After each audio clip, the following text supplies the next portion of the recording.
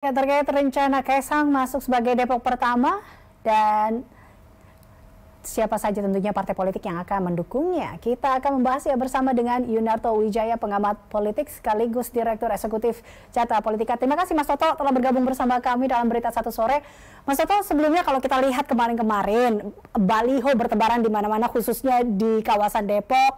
Lalu akhirnya muncul pula video klarifikasi Kaisang yang menyebutkan bahwa siap menjadi Depok pertama, bukan Depok 1 tapi Depok pertama nih. Bagaimana tanggapan Anda? Iya, kalau bahasanya politik sebenarnya sangat simpel ya, karena Kaisang adalah anak presiden. Kalau pertanyaannya adalah kemudian partai mana yang akan mendukung, ya hampir pasti semua partai yang masih loyal kepada Pak Jokowi bergabung dalam barisan koalisi pasti akan langsung menyambut ini sebagai sebuah support. Walaupun catatannya adalah Kaisang harus ingat bahwa pilkada nanti akan dilakukan setelah pemilu presiden ini selesai. Artinya dukungan dari partai-partai yang selama ini dianggap setia kepada presiden juga akan bisa berubah tergantung siapa yang menang nanti di Pilpres. Kalau yang menang adalah sosok capres yang dianggap bisa bagian dari keberlanjutan, tentu saja Kaisang akan dengan mudah mendapatkan dukungan. Tapi kalau sebaliknya, dia akan sulit mendapatkan dukungan. Tapi saya ingin berbicara dalam konteks yang lain loh. Saya kok melihat ada kacamata lain yang harus kita baca. Ini jangan-jangan bukan framing politik semata. Bisa juga ini sebuah hal non-politik. Saya kok melihat nuansanya seperti ada launching kayak cabang pertama atau produk non-politik atau produk bisnis gitu. Kenapa? Yang pertama kata yang digunakan dalam videonya Mas Kaisang itu bukan Depok 1 yang khas kalau kita bicara ingin jadi wali kota Depok ya, tapi Depok pertama. Depok pertama ini kan kayak istilah pertama kalinya produk A akan membuka cabang di Depok gitu misalnya kan.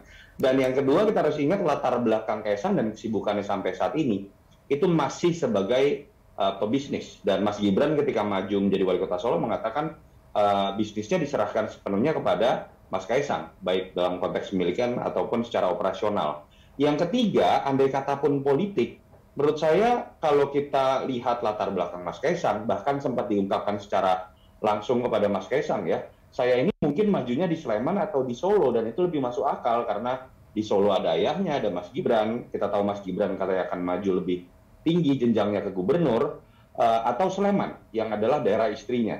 Itu sih framing out of the box yang saya pikir kita harus lihat juga, karena Kaisang ini kan cenderung biasanya nyeleneh gitu ya, dan pernah pakai baju gambar Mbak Puan, pernah pakai baju gambar Pak Prabowo, yang pada akhirnya kalau kita terjemahkan terlalu serius, seringkali analisisnya malah salah. Itu sih yang coba lihat dari fenomena ini. Baik, sosok seorang Kaisang yang out of the box seperti itu, apakah tadi Anda juga melihat kalau kita lihat di beberapa baliho itu ada beberapa partai yang mengatakan akan menang, dan Kaisang akan menjadi, jika menang maka Kaisang akan menjadi gubernurnya atau gubernur satunya. Tapi Anda melihat bahwa ini menjadi sebuah strategi dari sebuah partai politik juga kah dalam pemilu 2024 seperti itu? Karena melihat beberapa partai politik juga mendukung kalau memang dia harus masuk ke dunia politik seperti itu. Ada partai politik yang memang kan sengaja melekatkan dirinya sedemikian dekat dengan Pak Jokowi ya, karena tingkat kepuasan Pak Jokowi masih sangat tinggi. Ada seperti PD Perjuangan tentu saja, karena memang Pak Jokowi adalah kadernya misalnya. Lalu ada juga Gerindra yang misalnya mencoba melekatkan terus-terusan Prabowo dengan Jokowi sampai pasang billboard banyak sekali. Ada juga seperti PSI yang kalau kita lihat dalam kasus Depok, isu pertama ini kan muncul dari teman-teman PSI ya. Dan ini kan turunan dari umbrella brand yang mereka coba lekatkan dengan istilah tegak lurus kepada Jokowi. Lalu kemudian mereka coba turunkan, bahkan ingin agar anaknya Pak Jokowi atau Kaisang terjun juga di politik. Kenapa dipilihnya adalah Kota Depok? Kota Depok ini salah satu daerah yang tidak pernah dimenangkan nih oleh entah Pak Jokowi atau basis kekuatan nasionalis. Di sini adalah daerahnya PKS misalnya. Jadi isunya memang seakan-akan menjadi menarik, menaikkan isu ini menjadi panggung nasional, dan tentu saja partai yang menyentil ini atau melempar isu ini juga mendapatkan panggung pemberitaan. Itu sih yang saya sedang dilakukan oleh teman-teman PSI. Tapi apakah respon dari Kaisang bisa dikatakan menjawab secara politik. Saya kok malah melihat tidak. Belum ya? Oke. Tapi kalau Anda katakan ini menarik beberapa perhatian, ini pun juga menarik perhatian Puan dan Hasto sendiri yang juga berkomentar terkait dengan mekanisme kaderisasi. Dan harus sekolah partai dulu deh. Ini gimana, Mas? Iya, saya pikir itu kan hanya reaksi ya. Kalau kita lihat lemparan isu dari PSI ini dikomentari oleh Gerindra, nggak mau kalah gitu sebagai sama pendukung Jokowi. Tentu saja PDI Perjuangan, tempat bernaungnya Pak Jokowi dan Mas Gibran dan Mas Bobi misalnya, ya harus merespon ini juga. Itu yang akhirnya menyebabkan pemberitaannya menjadi makin naik dan menjadi pemberitaan di level nasional betul-betul. Tetapi ketika kemudian muncul video dengan istilah Depok Pertama, saya kok kayak melihat ada gaya Kaisang yang khas, yang nyeleneh, yang menjawab isu politik itu dengan gaya asik.